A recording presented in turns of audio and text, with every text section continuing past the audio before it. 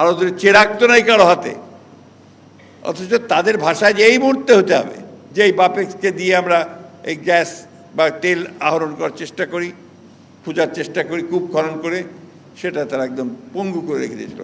সেটাকে আবার চালু করা হয়েছে। আপনাদের একটা সুখের খবর দিই, এই যে মধ্যপাড়া বড় পুকুরি আছে না, যেখানে কয়লার খনি আছে, পাথরের খনি আছে, এটা বন্ধ হয়ে গিয়েছিল, এটাকে আবার চালু করার ব্যবস্থা করা হয়েছে। এই জিনিসগুলো আমাদেরকে বুঝতে হবে, সেখানে অনেক কর্মসংস্থান সৃষ্টি হবে। আমরা আপনাদের এই রংপুর এলাকার বৃহত্তর এলাকাতে কৃষিতে যেন ভালোভাবে আপনারা কাজ করতে পারেন, কৃষির সমস্ত বিভিন্ন কাজগুলো করার কাজ শুরু হয়েছে। আমাদের একটা বিরোধী দল আছে, এই বিরোধী দল দুর্ভাগ্যক্রমে তারা আবার সে আগের মতোই ভূমিকা পালন করতে শুরু করেছে, এবং হাসিনা যে ভাষায় কথা বলতো এরা ওই ভাষায় কথা বলতেছে। করতে দিব না, চলতে দিব না, শেষ করতে দিব না, হ্যাঁ এইসব বলতে শুরু করেছে না। টার্ম শেষ করতে দিব না, পারবে না। আরে বাবা, হয়েছে তো মাত্র 4 মাস 5 মাস। এই 4 মাস 5 মাসই তো অনেক পরিবর্তন হয়ে গেছে, বহু পরিবর্তন। একটা ধ্বংসপ্রাপ্ত অর্থনীতিকে টেনে তোলা শুরু হয়েছে, একটা বিপর্যস্ত আপনার প্রশাসন তাকে ঢেলে সাজানোর চেষ্টা করা হচ্ছে, চেষ্টা শুরু করেছেন। কাজটা তো এত সহজ না, এত তাড়াতাড়ি হয় না। আরও দূরে চেরাগ তো নাই কারো হাতে, অথচ তাদের ভাষায় যে এই মুহূর্তে হতে হবে।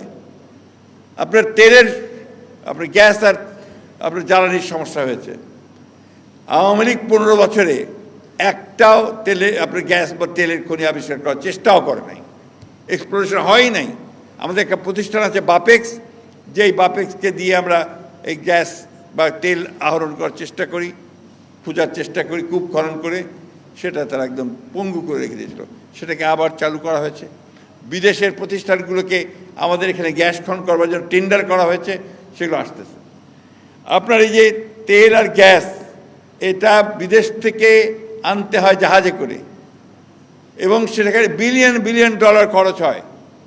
এই যুদ্ধ, ইরান এবং আপনার যুক্তরাষ্ট্রের যে যুদ্ধ, আমেরিকার যুদ্ধে, এই যুদ্ধের ফলে আমাদের প্রায় $4 বিলিয়ন ক্ষতি হয়ে গেছে ইতিমধ্যে, বেশি পেমেন্ট করতে হয়েছে।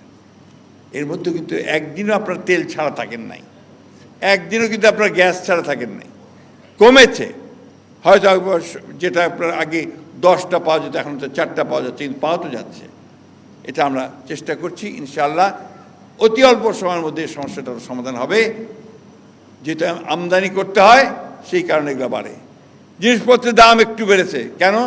যেগুলো আমদানি করতে হয় ওই জাহাজের ভাড়া তো বেড়ে গেছে, সব কিছুই বেড়ে যায়। যখনই আপনার বাড়ে তখন সব কিছু বাড়তে থাকে, ফলে এই সমস্যাটা আসে। তো এইগুলো জিনিস তো বুঝতে হবে, না বুঝলে তো আপনার এইভাবে হবে না।